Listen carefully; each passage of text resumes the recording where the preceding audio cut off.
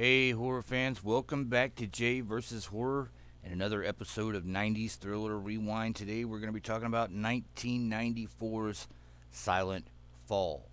It stars Richard Dreyfuss, Linda Hamilton, Liv Tyler, J.T. Walsh, and of course, John Lithgow. Now, guys, I took a couple days off because I've been dealing with some health issues and stuff like that. But we're back and we're going to start talking about this one. It's from 1994. It's an American psychological thriller, and it's directed by Bruce Beresford. The film focuses on a boy with autism who is the only witness to the savage double murder of his parents. So the film starts off with Tim Warden, a boy who, of course, has autism, and everyone believes he's witnessed the murder of his parents because they find him in the house with the bodies, and he's covered in blood, and he has a butcher knife in his hand. Now, there's another person in the house that we find later on, which is Liv Tyler, his big sister, and she's been knocked out and put in a closet. And so they call in Richard Dreyfuss because he's a former child psychiatrist who's now just a regular therapist. And they ask him to try to see if he can do anything with this kid because the kid is just on edge. He's flipped out, covered in blood, and anytime anybody tries to get near him, he tries to stab him with the knife. So, the real drama here is provided by the fact that not even Jake can entice Tim to communicate. He doesn't talk. He can't tell anyone what he's seen or not seen regarding this crime. But then Tim's sister, Sylvie, played by Liv Tyler, she's very protective of him. She eventually kind of tells Jake that about this neat little trick Tim can do where he can mimic other people's voices exactly.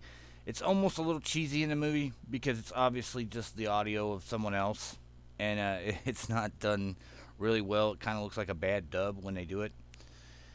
But it is interesting that he can do it, and it does play into the plot of the film.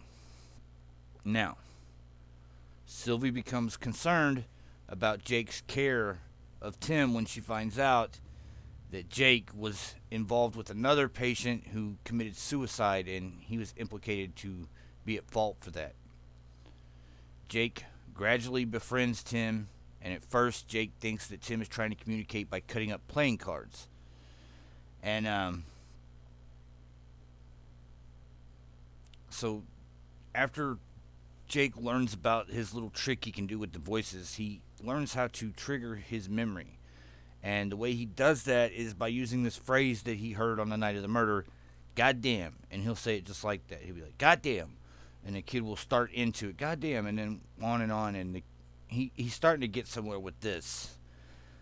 But of course, the sheriff and everybody else are tired of waiting to get answers from this kid, and they threaten to use drugs on him to try to get him to talk. And then they bring in John Lithgow, who's kind of a real asshole in this movie, Dr. Renee Harlinger, and he successfully hypnotizes Tim and gets him to break down a locked door to kind of prove that Tim is very capable of committing this murder, or both these murders.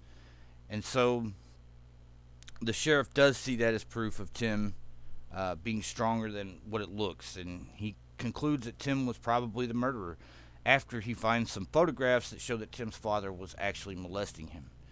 Now, guys, this is where we got to stop because anything we tell after this part would give it away.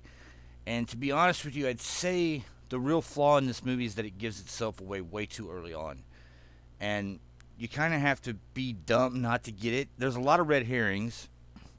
I mean, John Lithgow's character is such an asshole, it's hard not to believe he may have had something to do with this. And then we find out that J.T. Walsh, who's playing the sheriff, was having an affair with the mother, who was so involved with this affair she was having that she wasn't paying attention to the fact that her husband was molesting her son.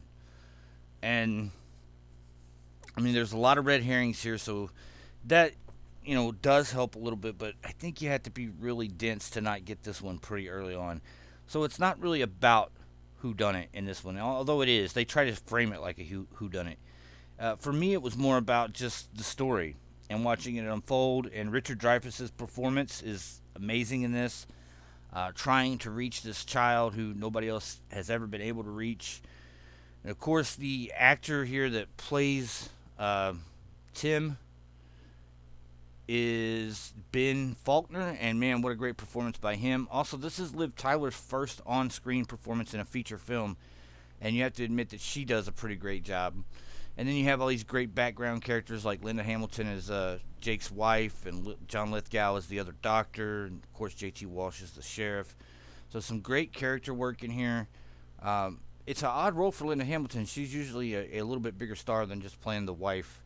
Uh, but yeah, it's a movie that didn't get much love when it came out. I think it went on to the dishonorable mention list by Glenn Lovell of the San Jose Mercury News, and even Roger Ebert gave the film 1.5 stars out of 4, saying that it has a tortuously constructed plot, but the solution to the mystery is right there all along, and that's true. That's like I said. I guess for me, the only real flaw in this movie is that it gives itself away too early, but in the end is kind of anticlimactic, I felt.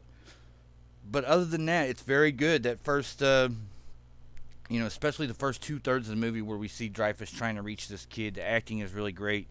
And then when the other doctor is brought in, played by John Lithgow, you kind of see how this is 1994, but it's still not, an era where all things medical were very nice to look at. It seems a little medieval, some of the things they do, and the things they do with Tim here almost seem abusive. Like they're just so interested in getting information. I think J.T. Walsh is really afraid someone's going to figure out his secret that he was having an affair with a wife, so he's trying to get some information as fast as he can. And John Lithgow's just a dick. He's trying to prove that he's a better psychologist than Richard Dreyfuss and that his methods work better. And but yeah, I don't want to give the end away, guys, so I won't. And I couldn't find a link for this one. I looked everywhere. I could not find a link for it. But I know it's out there.